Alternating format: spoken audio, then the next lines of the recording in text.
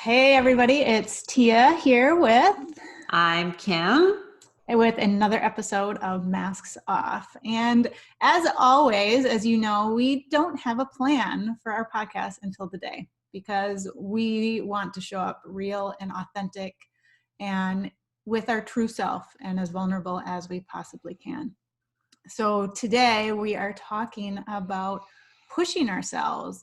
We have so many things in the works right now. Both of us, particularly around work and just the transitioning into fall. And so we've noticed how we are really in this doing mode, this pushing mode, and focused on more doing than being a little bit and kind of falling into that trap a little bit. And so, as always, we start out with a quote, and this one is from Deschene. Life is all about balance. You don't always need to be getting stuff done. Sometimes it's perfectly okay and absolutely necessary to shut down, kick back, and do nothing. And the reason we like that quote is, I know exactly, it's that reminder. I mean, this unlocking authenticity, which is our new thing we'll talk a little more about later as we share our process, it's about recognizing that we shift in and out of balance, but we always have that opportunity to return. And just like in the quote, you know, we don't always have to be going and getting stuff done. And it's okay to just sit down and relax and do nothing. And so remembering to take care of ourselves, remembering to take a wider view, step back, and remember, not that we don't have to get stuff done. And I don't know about you, Kim, but the stuff I've been doing lately with the things we're collaborating on, you know, the 21-day reset, which is now we shifted and it's called Balancing Your Backpack, and that's underway. And we're so excited. It's super great and fun. And it really talks about this quote about balancing. You don't have to keep pushing, that we can take a few minutes to reset, to tap back into ourselves. So what's been showing up for you?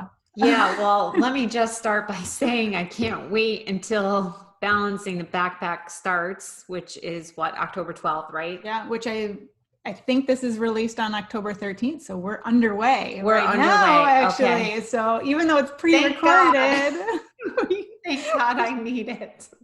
We should be on day 2 right now. Day hopefully. 2 already. If my calculations of publishing this are correct.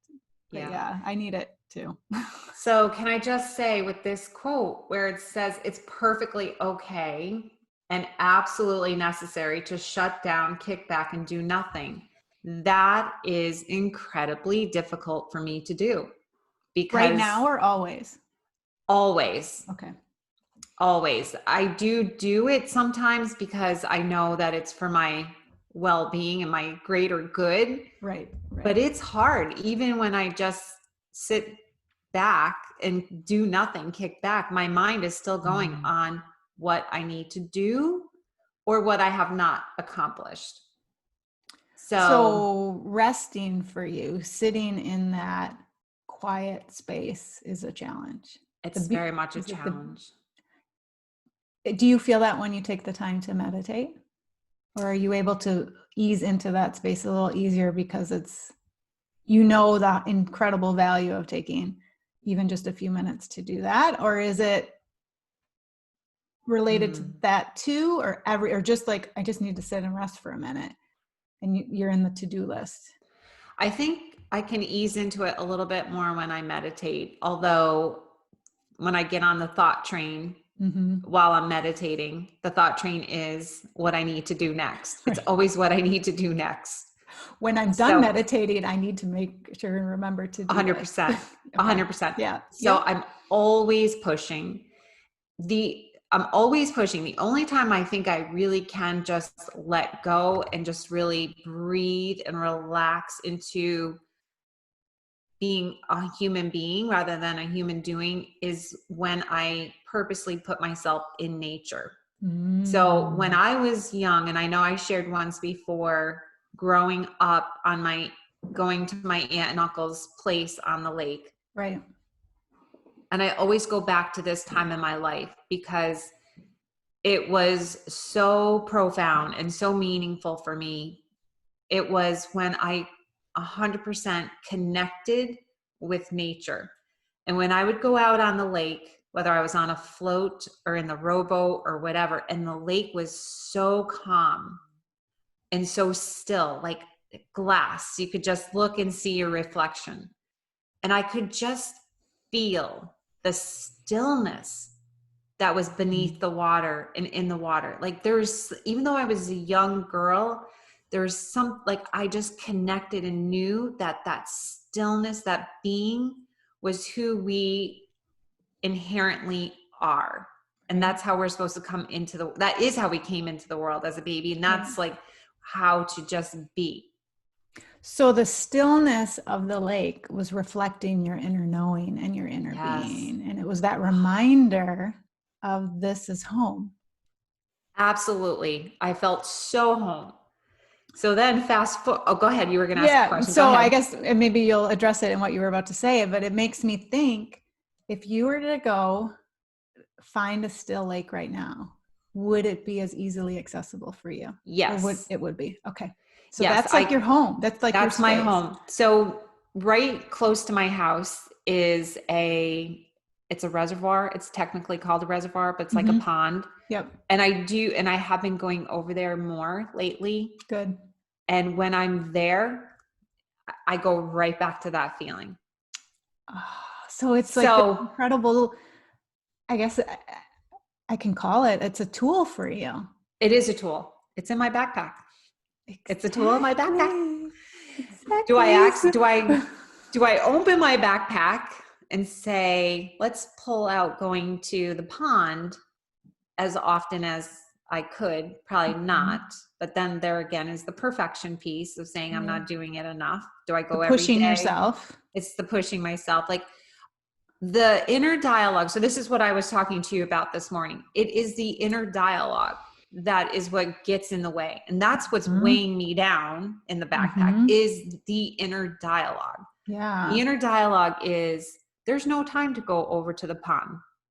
Right. There's no time. Yeah. And I mean, you're probably noticing, listeners, we're referencing the backpack a lot. And it's because we're in this creative mode, Kim and I. We're literally in this.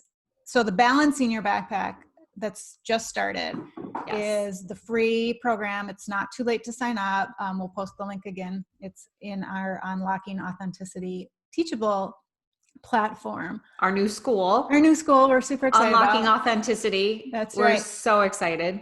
But the reason we keep referencing this backpack, so this free Balancing Your Backpack is about your body and your mind and your spirit, because we have to carry this backpack of life and of all these tools, like Kim was just talking about, this tool of the pond, which we are going to be talking about more in our next course, which is we're going to start referencing what's in the backpack. And so that's why if you hear a lot of references to tools in the backpack and be like, what the frick are those two talking about? Backpack? What the?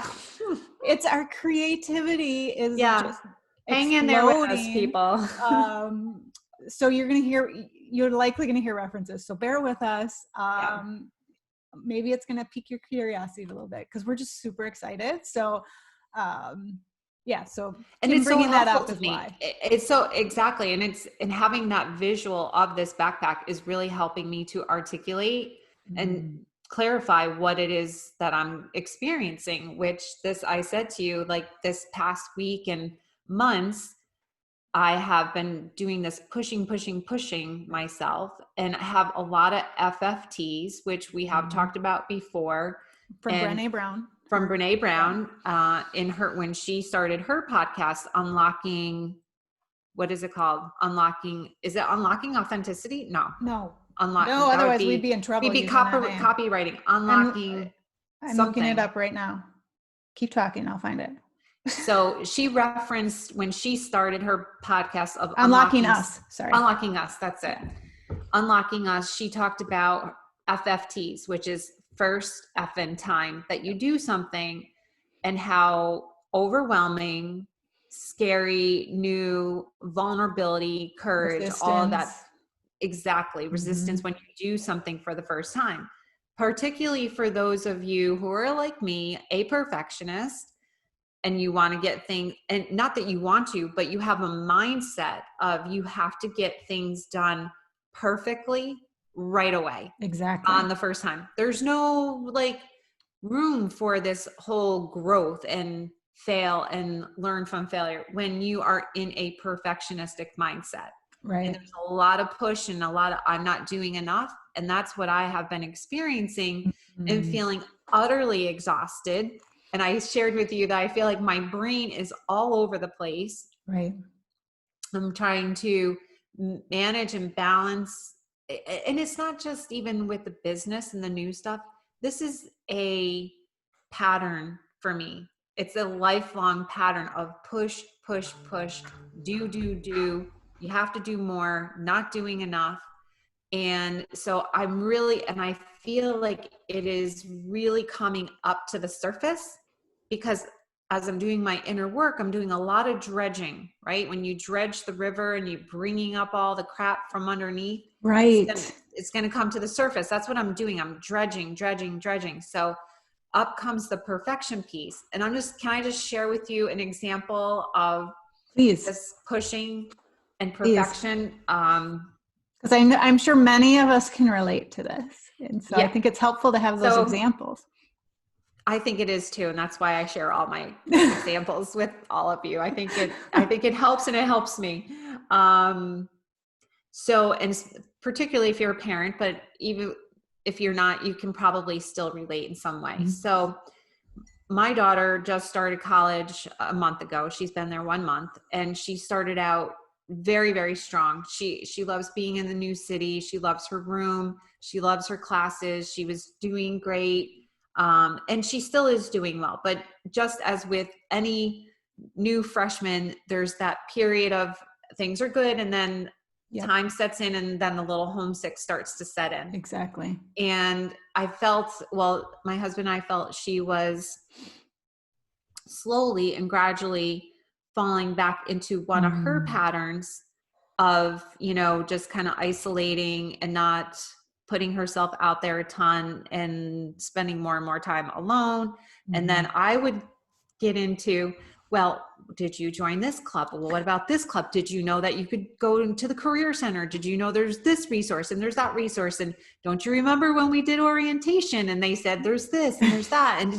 And every day, who did you have lunch with? And what did you do? I mean, I was like nonstop, right? Were you pushing her a little bit? Just a little bit of pushing there, right? And then my husband saying, first of all, they both do the Peloton. And they have their favorite instructors, Alex Toussaint and Robin. I can't think of Robin's last name. Okay. But they're very motivational. They have great quotes. They're very motivational. So they have Paul and my husband and my daughter have that connection together. So my husband keeps telling her, you're strong. You got this. Remember, Alex would say this and Robin would say, like, it's the push. It's the push. It's the push. So then she starts to say, on a few days ago, she starts to say, well, I'm thinking I want to come home this weekend. Mm-hmm. And we weren't planning on her coming home until, again, this is being pre-recorded. So a couple weeks from now is basically when I was planning on going and getting her, because it's a long weekend. So she's thinking that she wants to come home. My husband and I were like, oh no, this isn't good. This isn't good. We start pushing her some more, some more. Finally, thank God that she is who she is, and that I have, again, learned a lot and parented her differently and helped her to have this communication, have this languaging. And she said, what I am hearing from you and Dad is that what I'm doing is not enough. She said this? Yeah, these were her words. She's brilliant. Right? She is brilliant.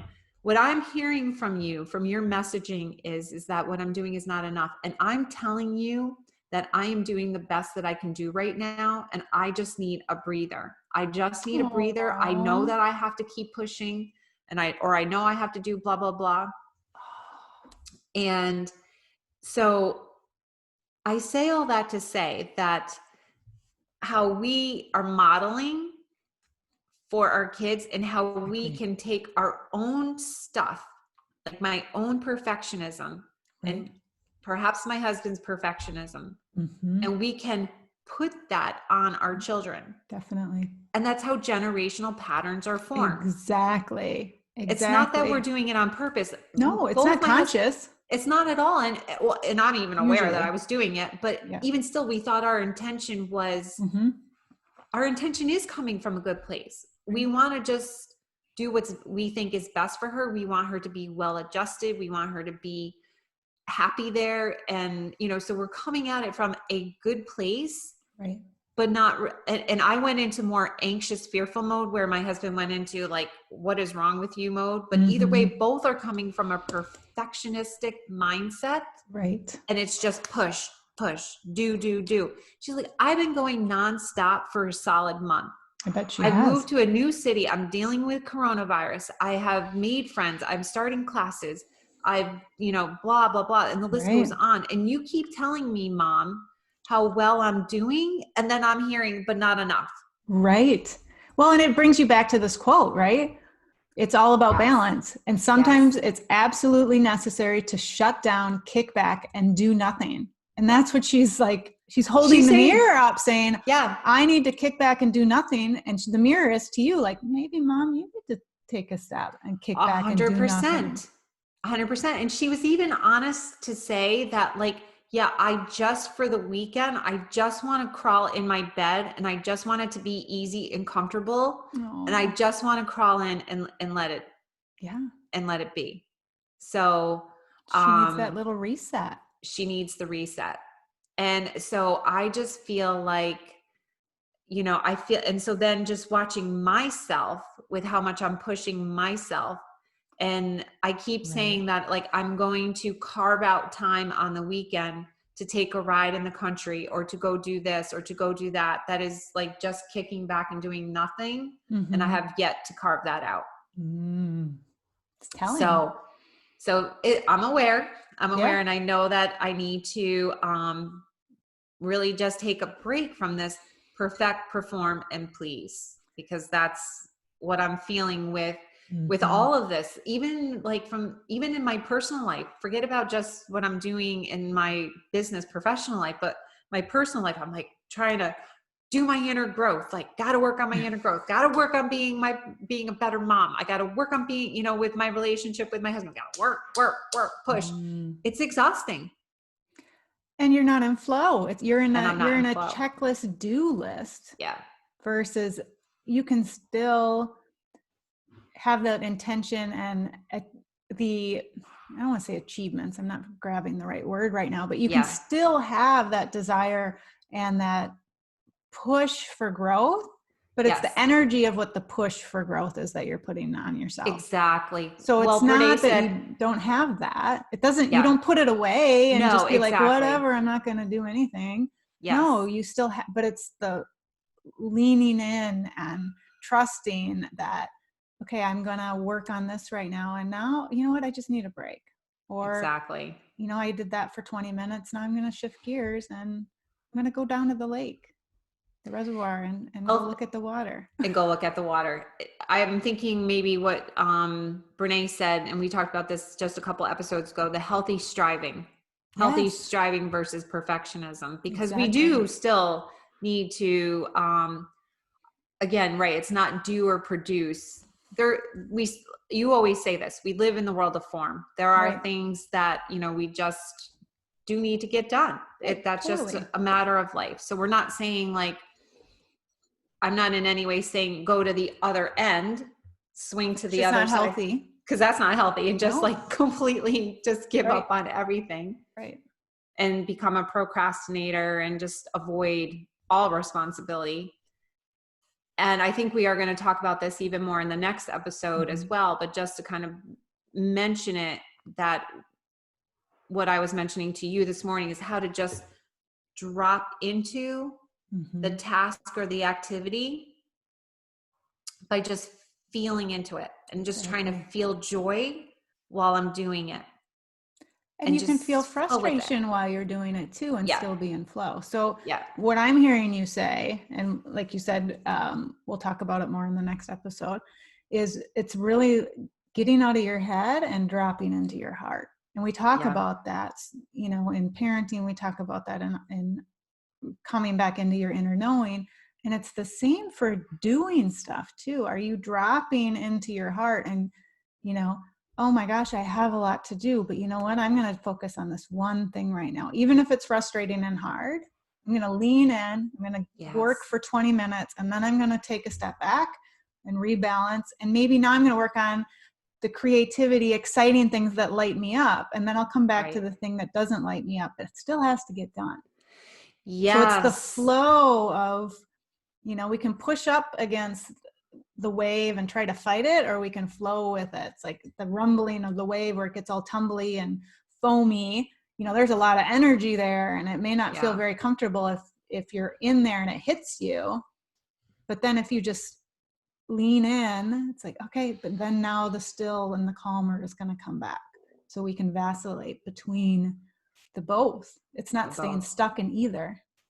And I notice when I am in that place of resistance or pushing and trying to force an Mm-hmm. outcome or a solution, first of all, I never get it. I just get more frustrated when I'm Right. really trying to force and push. But when I do have those moments of, say, if it's a computer thing or a technology thing, if I walk away from it, even if I Mm-hmm. go and just like fold clothes or do a load of laundry Yes. and just give a total mind break and then come back, sometimes it's like magically I figure it out. But isn't Right? that all It's like, about the woo, brain science too? say more Yeah. about that. If we're in that frustrated mode of I have to get this done, oh my gosh, it's not working, you know, particularly around technology, right? Because Yep. we can get so sucked into, oh, I'm clicking it and it's not going and I can't control it, right? So we no longer have any control. So we're in that, we start to go into that sympathetic nervous system of fight or flight. So when we take that conscious choice to step away, something as simple and mundane as folding clothes, putting away laundry, it gives our body, mind, and spirit that resting space to be like, okay, I'm okay. Now you can come back with that mindset of learning and growth. And be like, okay, I got stuck here, but now my thinking brain, my rational brain is no longer being hijacked. So let me just look at this with a fresh set of eyes. And it's really hard to Yeah. do. I mean, my daughter gets really focused on, I just got to push through, push. And like, just walk away. And she just can't most of the time. But Isn't it funny how just our old primitive brain, that caveman brain, just still shows up in just a thing like trying to figure out technology? It's like there's no mountain lion chasing me. no. But we're in that mindset of, I just got to get it off my to-do list. Yeah. At least that's where I go. I just want to get it done. I mean, before we were talking and we were Right. working on the stuff we're creating, like, I just want to change this thing. It's not working. I'm like, okay, I'm going to go back and do it later, you know, and we've focused on the next step. But boy, it was really hard. I really wanted to stay and fix that little Yeah. glitch. So why do you think that, right? Why do you think that is? Why do we do that? Well, I can only speak for me. And it has been a pattern for me. I'm the person that does not have, you know how they do that image of like, what does your inbox look like? 31,000 unread messages, the little red dot, or none. I'm the none dot. That's me. Why are we like that? I cannot have them. I don't like things hanging over my head if it's something I can complete fairly quickly. So is that performance? Is that performance perfection? I think it can be, but then I also know for me, it lightens the load. It's like, it takes off that, it's another one of those little tiny things that take time, but it's the mental weight of holding it. It's that mental weight. So, I mean, like coming back to the backpack reference, I think of it as like, it's weighing me down, knowing, you know, what if that in that 15 emails in my inbox that have come in the last half hour, because I am pretty obsessive about it. I don't always reply I used to reply immediately. I've let that go. So it's been a process. I try to respond to emails a couple times a day. So that's progress. That is progress. But I still don't like the unread look, because I like to clear out the spam. So then I know what's left is stuff that needs my attention. So it's for So me, that organizational piece, Yeah. having been a professional organizer as well in the past, it's the clutter. It's for me, it's taking out the clutter. So if the external clutter is gone, then my internal clutter is cleaner. So I get that sense? about the emails and wanting to clean out the clutter and gives you clearer space in your mind. But let's go back to what you said about the list, that Okay. you're like, so that I can take it off the list so that I don't have that weighing over my head. Like I'm trying to find a way to take my list and not have it feel heavy and not have it feel like there's pressure that I have to do the list. It's just like, okay. So this morning it was like, we're going to record for podcasts. And then I have other things, but not think about the other things that I have to do later and just slip into this in the moment. So we're talking about being in the present moment. Exactly. I think part of that list is in the future, and it's this pressure of what has to be done, and I have to get it done. And if I don't, I'm not performing. I want to be able to just say, okay, be in the moment. And just be fully present, fully enjoying that right now I'm doing masks off. Earlier, we were creating for our backpack. Later, I have a client. That just fall into that in that moment and just be like right here and not, and then even at the end of the day, at the end of the night, whatever is done is enough. It's like, okay, it's good. There's always tomorrow. Exactly. What happens to me is, and it's that fear, it is that fight or flight freeze, is that there's really this inner dialogue. Oh my God, if I don't get it all done, if I don't do all this, if I am not ready and prepared, what is going to happen? And I can remember having that feeling of going into a test. And that's why I was sharing with you, like when I had finals in college, like the pit in my stomach was horrible. And I get that same feeling when I'm ready to show up for a client, because I feel as if I have to perform and get an A on the exam, or I have to get my paper done, or I have to. So it's the trust. You're not in full trust of yourself, the process. No. Or flow. So, I mean, I can only tell you, because this has been a long process and I have ways to go. I'm by no means perfect, and I don't want to be perfect. I do not want to be perfect anymore. Share your growth. So what I've learned, and especially as more things have come onto my plate, and it's recognizing, okay, I have to let that one go to make room for this next thing that lights me up more. And noticing, like, am I chasing the next piece of chocolate or whatever? And I've gotten much better at that discernment. But for my to-do list specifically, let me focus on that. What I have gotten into the habit of doing now is, like, if there's a certain thing to get done, like before we talked, there's certain things I need to get done over the next 3 days. So it's prepared for our next step of unlocking authenticity. Yep. So I literally go into my calendar. So like when we get off of recording, I'm going to pop on my calendar and be like, just put placeholders on that day. Like, this has to be done today. So I'm going to block off an hour in my calendar. It may take 2 hours. It may take, if I know it's going to take 2 hours, I block off 2 hours, but I'll at least put a placeholder. And so when I look at my calendar before I go to bed at night, because that's what I have to do with Corona, because I have no idea what each day brings the next day. No clue. I don't know what day it is. So I check my calendar in the morning. It's like, okay, so I remember I have to send out some billing to some clients, or I want to do my bookkeeping because it's the end of the month. It's not right now, but I'm just giving examples. I know I have to prep some social media images for this upcoming thing, whatever it may be, but it has to get done this day. So I try to limit it to just one thing that has to get done that day. So the client calls are in there, whatever else is in there that's already scheduled and set with other people. So like our, Thursday morning, which is when we tend to record, is always blocked off for us, collaborating and recording. So then this afternoon I need to upload what we were talking about earlier. But then the space in there, that's my flow space.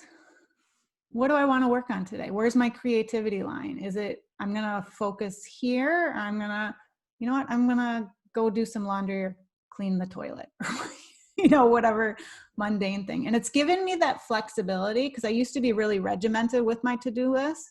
But this way I know I'm getting done what absolutely has to get done. And the rest, I can add it to a calendar later when I know it needs to be done, or I can meet it when I'm in flow internally and externally to work on it. And it releases the pressure.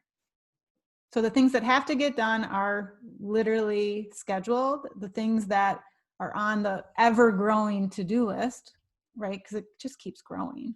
It does keep growing. And then as things unfold naturally, I'm like, you know what? I don't have to do that thing that was on my to-do list anymore that I thought I had to do, because it naturally flowed in and it either got done or I realized, oh, it's not necessary anymore. Does that make sense? It does make sense. It does. And what you are talking about is balancing. Yeah. Yeah, it is. Yeah. So that is our theme right now. But I do have to schedule and rest sometime. Yes. Especially when I'm in flow. Like I told you last night, I was working on stuff really late, but I was in flow and I'm like, you know what? It was lighting me up. Who says resting? Because creativity is resting because it's inspiring and it lights you up on the inside. So I think it's recognizing, taking the time to go for a walk or go, you know, outside, or to go to the lake.